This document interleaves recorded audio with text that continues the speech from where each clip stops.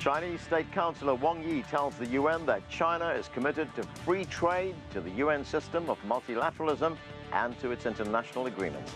Hello, I'm Anand Naidu, and this is a special edition of The Heat from the United Nations in New York.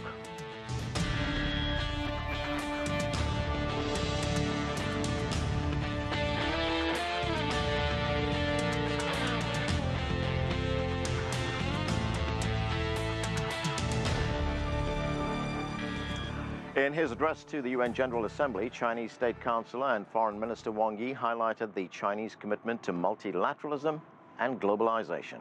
Here for a look at the speech and China's role at the UN, CGTN's Nathan King joins us now from just outside the UN. And Nathan, Wang addressed the UN Friday. What were the highlights? Well, Anand, it was a real full-throated defense of the United Nations, multilateralism generally, and the rules-based international order.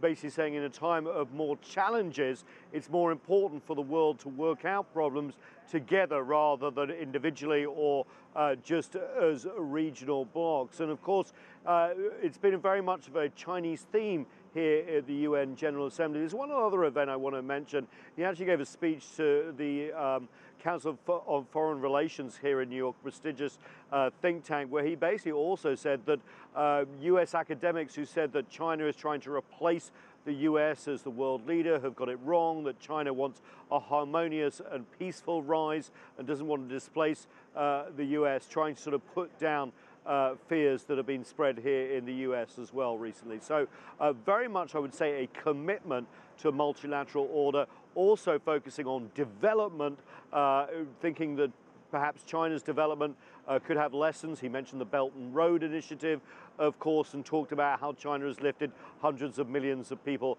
out of poverty as part of 40 years of opening up and reform, Anna.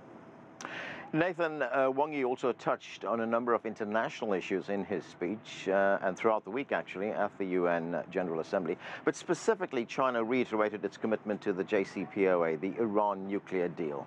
What did he have to say on that? Yeah, absolutely. I mean, the JCPOA, the Iran nuclear deal, and of course, DPRK, very much the top sort of diplomatic problems here at the UN in the last week.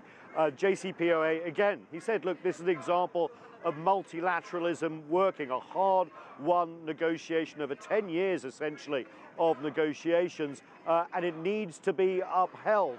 Now, as you know, Wang has been very part of the negotiations behind the scenes about how that can be upheld after the US has not only unilaterally withdrawn, but also snapping back sanctions and even secondary sanctions on European allies and Russia and China if they deal with Iran. So very much in defense of that. When it comes to the DPRK, welcoming, of course, the renewed diplomacy that we've seen on the Korean Peninsula, but again, reiterating what he said in the Security Council meeting the day before, that there have to be concessions given to Pyongyang as it also makes concessions. The step-by-step six-party talks approach that China backed a decade ago, rather than the US basically keeping maximum pressure on all the way until the DPRK gives up its last nuclear weapon. Nathan, another big issue, nuclear weapons on the Korean Peninsula. What do you have to say about that? Yeah, well, basically, I mean, we're at a crossroads here now.